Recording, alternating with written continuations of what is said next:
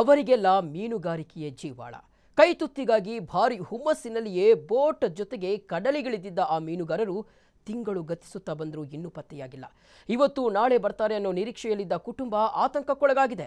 ಕುಟುಂಬದ ನಾವಿಕನ ಬರುವಿಕೆಗೆ ಹಾತೊರೆಯುತ್ತಿದ್ದು ಸರ್ಕಾರ ನೆರವಿಗೆ ಬರುವಂತೆ ಕೂಗು ಕೇಳಿಬಂದಿದೆ. ಹೇಳದೆ ಕಾರಣ ಹೋದೆಯ ಬಹುದೂರ ಹೇಳದೆ. ಹರೀಶ್, ಸತೀಶ್, ರವಿ, ಲಕ್ಷ್ಮಣ, ರಮೇಶ್ ಹಾಗೂ ಮಲ್ಪೆಯ ದಾಮೋದರ ಇವರೆಲ್ಲ ನಾಪತ್ತೆಯಾಗಿರೋ ಮೀನುಗಾರರು. ಇವರೆಲ್ಲ ನಾಪತ್ತೆಯಾಗಿ ಸುಮಾರು 20 ದಿನಗಳಾಗಿವೆ. ಆದರೆ ಇದುವರೆಗೂ ಸಣ್ಣ ಸುಳಿವು ಕೂಡ ಇಲ್ಲ. ನಮ್ಮವರನ್ನ ಹುಡುಕಿ ಕೊಡಿ ಅಂತ ಕುಟುಂಬಸ್ಥರು ಕಣ್ಣೀರಿಡ್ತಿದ್ದಾರೆ.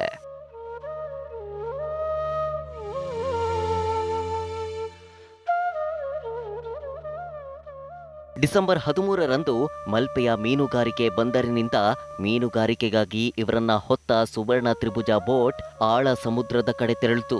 ಡಿಸೆಂಬರ್ 15ರ ರಾತ್ರಿ 1 ಗಂಟೆಯವರೆಗೂ ಸಂಪರ್ಕದಲ್ಲಿದ್ದ 10 ಮಂದಿ ಮೀನುಗಾರರ ಬೋಟ್ ಬಳಿಕ ಸಂಪರ್ಕ ಕಡಿದುಕೊಂಡಿತ್ತು.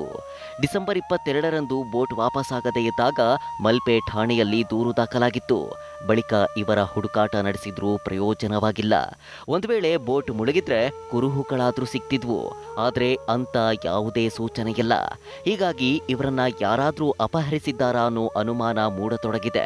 ಇವರಿಗೆ ಧೈರ್ಯ ತುಂಬಲು ಯಾವೊಬ್ಬ ರಾಜಕಾರಣಿಯೂ ಬಾರದಿರೋದು ಸ್ಥಳೀಯರ ಆಕ್ರೋಶಕ್ಕೆ ಕಾರಣವಾಗಿದೆ.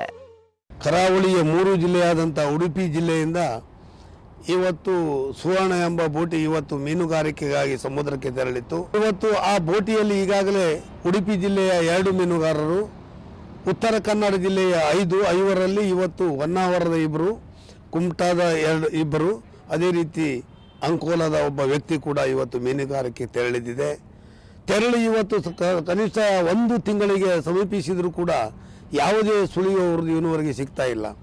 ಈ ಕಡೆ ನಾಪತ್ತೆಯಾಗಿರುವ ಸುವರ್ಣ ತ್ರಿಭುಜ ಬೋಟ್ನ ಹುಡುಕಾಟ ತೀವ್ರಗೊಂಡಿದೆ. ನೌಕಾಪಡೆ ಮತ್ತು ಕೋಸ್ಟ್ ಗಾರ್ಡ್ನವರು ಕೂಡ ಪತ್ತೆ ಕಾರ್ಯ ಕೈಗೊಂಡಿದ್ದು ಸ್ಥಳೀಯ ಪೊಲೀಸರು ಕೂಡ ಕೋಸ್ಟ್ ಗಾರ್ಡ್ನವರ ಜೊತೆ ತೆರಳಿದ್ದಾರೆ.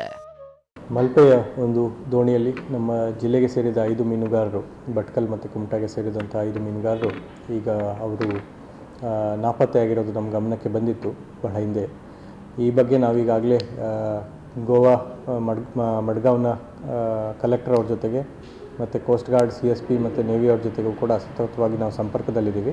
ಒಟ್ಟಾರೆ ನಾಪತ್ತೆಯಾಗಿರುವ ಮೀನುಗಾರರ ಕುಟುಂಬದ ಪರಿಸ್ಥಿತಿಯಂತೂ ಹೇಳತೀರದು. ಆದಷ್ಟು ಬೇಗ ಮನೆಗೆ ಮರಳಲಿ ಅಂತ ಕುಟುಂಬಸ್ಥರು ಕಣ್ಣೀರಿಡ್ತಿದ್ದಾರೆ.